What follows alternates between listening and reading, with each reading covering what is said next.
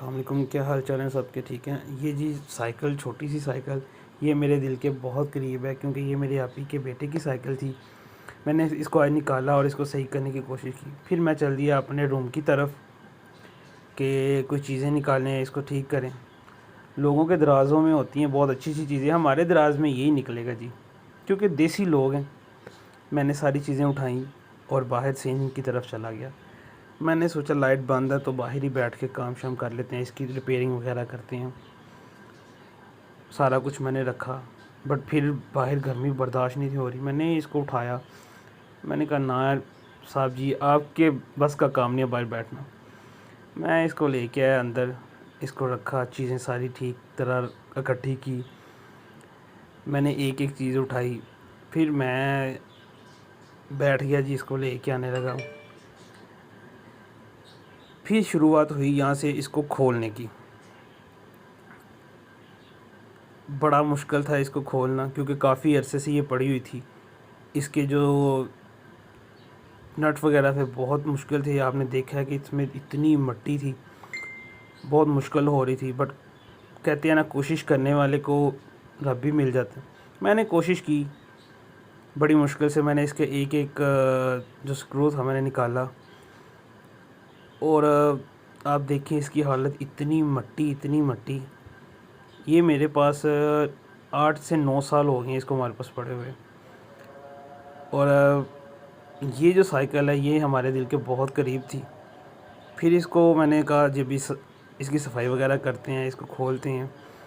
मैंने खोलना स्टार्ट किया, इसके जो स्क्रू वगैरह थे उनको लग गया था ज़ंग। बहुत ही मुश्किल हो रही थी इसमें खोलने के। फिर क्या करते, खोलना भी था। कुछ जद्दोजहद के बाद मैंने इसको खोला और मिट्टी इतनी ज़्यादा थी, मैं बता नहीं सकता आपको कि मिट्टी मिट्टी मिट्टी हो रही थी। और मेरा जो लुक था वो भी इतना मैसी हुआ पड़ा था, मैं पूरा मिट्टी के साथ गंदा हो गया था। मैंने बड़ी जद्दोजहद की, मैंने खोलना शुरू किया। फिर आहिस्ता आहिस्ता मैंने बहुत ज़ोर लगाया इस चीज़ों के कि खुल जाए खुल जाए, बट मेरी जीत हुई, मैंने इसको खोल दिया। बहुत ही ज़्यादा टाइट, क्योंकि ये ज़ंग की वजह से टाइट हो जाता। कहते हैं ना, वो कोई चीज़ आपके पास पड़ी हो तो उसको इस्तेमाल करते रहना चाहिए तो उसको ज़ंग नहीं लगता।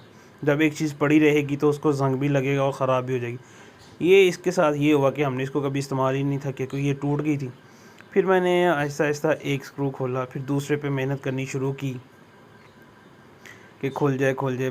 फिर उस पर भी उतना ही टाइम लगा, बट फाइनली मैंने खोल लिया। वो भी थोड़ी सी मेहनत थी क्योंकि ज़ंग काफ़ी लग चुका था। वो भी मैंने खोला। फिर इसका एक एक पार्ट्स जो था उसको अलग करना था। अब इसकी सीट थी वो भी टूटी हुई थी थोड़ी सी, उसको उतारा। ठीक है, फिर अब थी जो आगे वाली छोटी सीट होती है उसकी बारी। उसमें भी सेम यही था कि काफ़ी ज़ंग लगा हुआ था, खोलने में मसला हो रहा था। बट हिम्मत नहीं हारी आपके भाई ने। कहते हैं ना, अगर आप हिम्मत हार जाओगे तो फिर आप कुछ भी नहीं कर सकते। वो कहते हैं ना कि आप एक चींटी थी, उसने 99 बार कोशिश की कि अपना वो खुराक उठाए और दीवार पे चढ़े, वो गिर जाती थी। 99 बार उसने वो ही ट्राई ट्राई ट्राई किया। एंड जब 100 बार पूरा हुआ, वो चूंटी खाना लेके अपना दीवार पे चढ़ गई। वो हिसाब था, मैं भी लगातार कोशिश कर रहा था कि कोशिश करता रहूँ क्योंकि खुल जाएगा। बट फिर ये हुआ कि मैंने खोल ही लिया आहिस्ता आहिस्ता। जैसा कि देख रहे होंगे आपके, इसमें मेहनत तो लग रही थी छोटी सी चीज़, बट इसमें मेहनत बहुत लग रही थी। और मिट्टी, मुझे वैसी डस्ट एलर्जी थी। मैंने कहा अब क्या करूं, इसको सही भी करना है और इसको सही करना है अपनी बेटी के लिए। नहीं भी मैं ले सकता था, बट कहते हैं ना, जिस चीज़ के साथ आपकी अटैचमेंट हो तो वो आप ख़राब होने के बावजूद भी बाहर फेंक नहीं सकते। और ये तो मेरे बहुत क्लोज़ थी साइकिल, और मैंने इसकी सारी चीज़ें अलग की जैसा कि आप देख रहे हो। और डस्ट इतनी थी, फिर मैंने इसकी एक एक चीज़ को उठाया और मैंने कहा चलें जी फिर इसको वॉश करते हैं।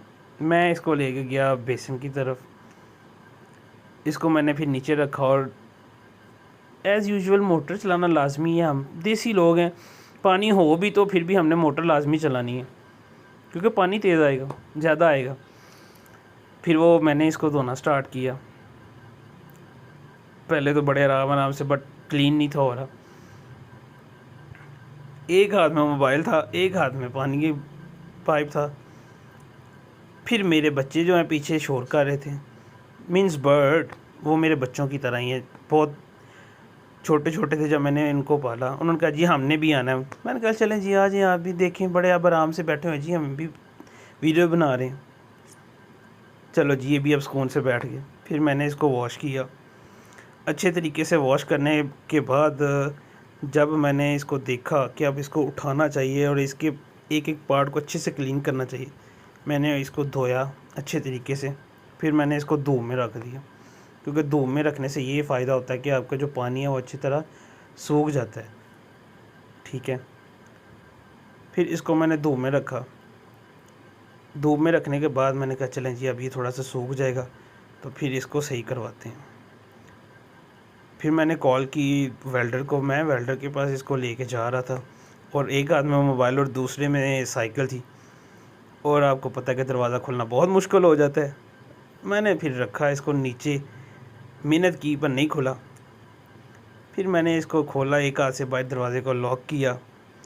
मैंने इनको उठाया, सारे को एक एक चीज़ को हैंडल करना मुश्किल हो रहा था। फिर मैं चल दिया वेल्डर की तरफ। मैं उसको कॉल कर रहा था कि भाई रुक जा, बस 2 मिनट का काम है, मैं आ रहा हूँ। बट वेल्डर हैं वो कहाँ पे सुनते हैं। फिर मैं जी चल दिया। पीछे से आ रहा था सब्ज़ी वाला रिक्शा। मैं भाई तू लंघ जा, मेरी खैर है, किसी को सब्ज़ी चाहिए तो बोल सकता है, सब्ज़ी अवेलेबल। फिर मैं जी चल दिया इमाम बारगाह वाली गली में। ये जो गली है इसको कहते हैं इमाम बारगाह वाली गली, और ये दीवार जो है इसके साथ मैं जी मुड़ गया इमाम बारगाह वाली गली पे। वो सामने आपको नज़र आ रही होगी एक शॉप, वो है वेल्डर की शॉप, और ये है इमाम बारगाह। वो सामने वेल्डर की शॉप है। मैं आहिस्ता आहिस्ता पहुंचा जी वेल्डर की शॉप पे। मैंने कहा जी चलते हैं। फिर एक चीज़ हमेशा याद रखिएगा, जब भी आप सड़क क्रॉस कर रहे हो तो अपने दाएं बाएं देख के चलें कि कोई चीज़ तो नहीं आ रही। फिर मैं पहुंचा इन छोटे छोटे इंजीनियर्स के पास। मैंने इनको कहा जी ये ठीक करनी है। ये छोटे छोटे इंजीनियर्स देखना शुरू हो गए जी कैसे जोड़े इसको सही करेंगे और कैसे नहीं। कोशिश सब ने की। फिर पहले एक आया, उससे नहीं था हो रहा। फिर दूसरे छोटे इंजीनियर साहब आए, फिर उनसे भी नहीं हुआ। फिर मैं मायूस होकर वापस आ गया क्योंकि वेल्डर नहीं था। मुझे फिर इसी तरह वापस आना पड़ा। अब फिर इतनी गर्मी थी और मैं जी चुप करके फिर वापस आ गया क्योंकि जिसने इसको ठीक करना था वो तो था नहीं। मैंने कहा चलें जी फिर क्या करना है, सुकून से वॉक करो और घर जाओ। मैं भी फिर आस्ता आस्ता फ़ौजी मार्च करते हुए घर की तरफ आ गया। वेल्डर की कॉल आई। मैंने कहा जी, कहता मैं आ गया हूँ। मैंने कहा चलो जी शुक्र है आप आ गए मेरे जाने तक। उसने एक साइड ठीक कर दी थी, दूसरी करने की वो कोशिश कर रहा था। बड़ी कोशिश की उसने भी इसको टांका लगाने की कभी की। फिर उसने कहा जी चलें जी ये आपकी होगी ये साइकिल। मैंने इसको सही कर दी है। तो एक साइड रहती थी, मैंने कहा नहीं भाई इसको भी सही करो। उसने वो भी ठीक कर दी। मैं फिर आ गया घर। जब मैं घर आया और सारी चीज़ें उठाई और इसको असेंबल करने की ज़रूरत थी, मैंने इसके सारे वो स्क्रू वगैरह जो थे वो नीचे उठा रखे, सारी चीज़ें उठाई और मैंने इसको असेंबल करना स्टार्ट कर दिया। अच्छा, यहाँ पे एक चीज़ समझ आई कि आप एक चीज़ को जब रिपेयर करते हो, रिपेयर करने में भी बड़ा टाइम लगता है और उसकी चीज़ें असेंबल करने में भी बड़ा टाइम लगता है। पहले तो इसको खोलने में बड़ा मसला हो रहा था क्योंकि जंग लगा हुआ था। मैंने फिर इसको खोला। अब दोबारा मैं इसको असेंबल कर रहा था। असेंबल करते वक्त भी बड़ा टाइम लग रहा था। इवन कि अभी मैंने जो चीज़ें थी मैंने कहा चलें जी किसी तेल में रख देते हैं ताकि इसका जंग ख़त्म हो जाए, बट ना, जंग तो के तू कौन थे मैं कौन, तू शेर है तो मैं सवा शेर। बड़ी मुश्किल से फिर मैंने वो सारी चीज़ें संभल करना स्टार्ट की, और करते करते करते करते मैंने चीज़ें संभल की, और उनके जो चीज़ें थी फिर पसीना, गर्मी, लाइट बंद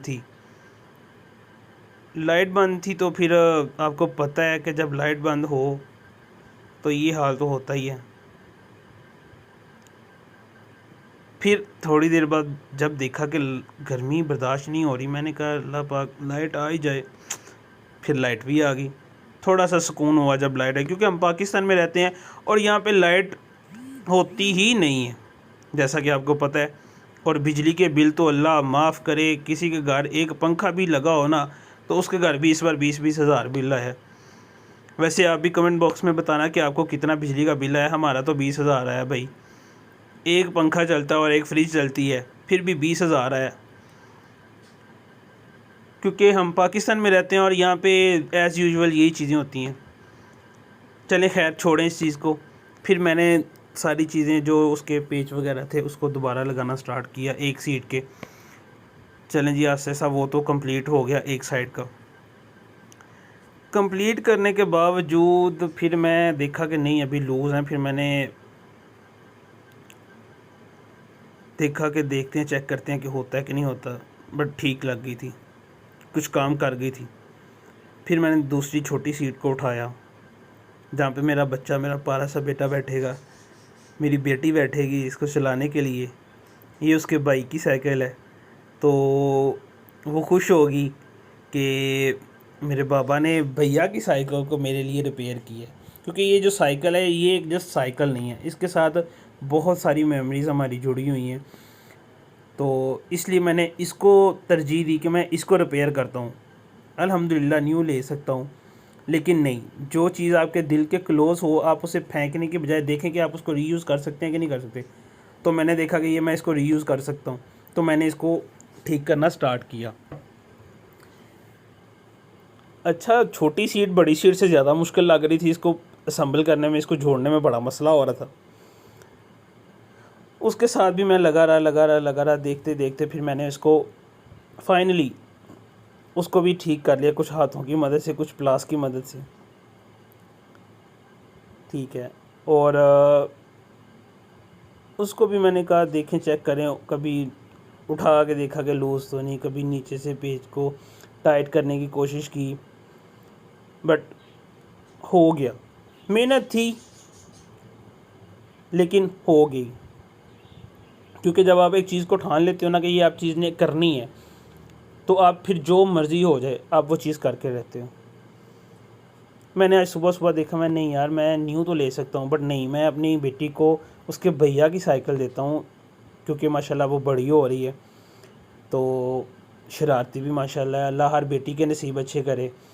जब भी आप दुआ करें, स्पेशली अपनी बेटियों के लिए, माओ के लिए, बहनों के लिए दुआ किया करें कि अल्लाह पाक उनके नसीब अच्छे करे और अल्लाह पाक उनको हर मुश्किल से बचा के रखे, क्योंकि बेटियां जो होती हैं ना और बहनें बहुत बड़ी नेमत होती हैं। अल्लाह पाक इनके नसीब अच्छे करे, अल्लाह पाक हर बेटी को हर वो खुशी दे जो उसके लिए जायज़ है। अल्लाह पाक हर बेटी के नसीब अच्छे करे, आमीन। फिर मैंने सोचा चलें जी, अब इसको कर लिया है असेंबल, तो अब देखते हैं इसकी फ़िनिशिंग को, क्योंकि अब इसकी फ़िनिशिंग का टाइम भी आ रहा था पास, क्योंकि मैंने इसकी बड़ी सीट को जोड़ दिया था, फिर छोटी को भी जोड़ दिया था। अब मैं चेक कर रहा था कि अब ये सही चलेगी कि नहीं चलेगी, क्योंकि इसकी थोड़ा सा अलाइनमेंट का इशू आ रहा था, कभी ये टेढ़ी हो जाती थी, कभी देखिए जैसा कि इसकी बास्केट थी, फिर इसकी जो बास्केट थी फिर मैंने इसको भी सेट किया। ठीक है, और अब ये है कंप्लीट। अब इस पे पेंट रहता है, पेंट में फिर करेंगे। And thank you so much for watching.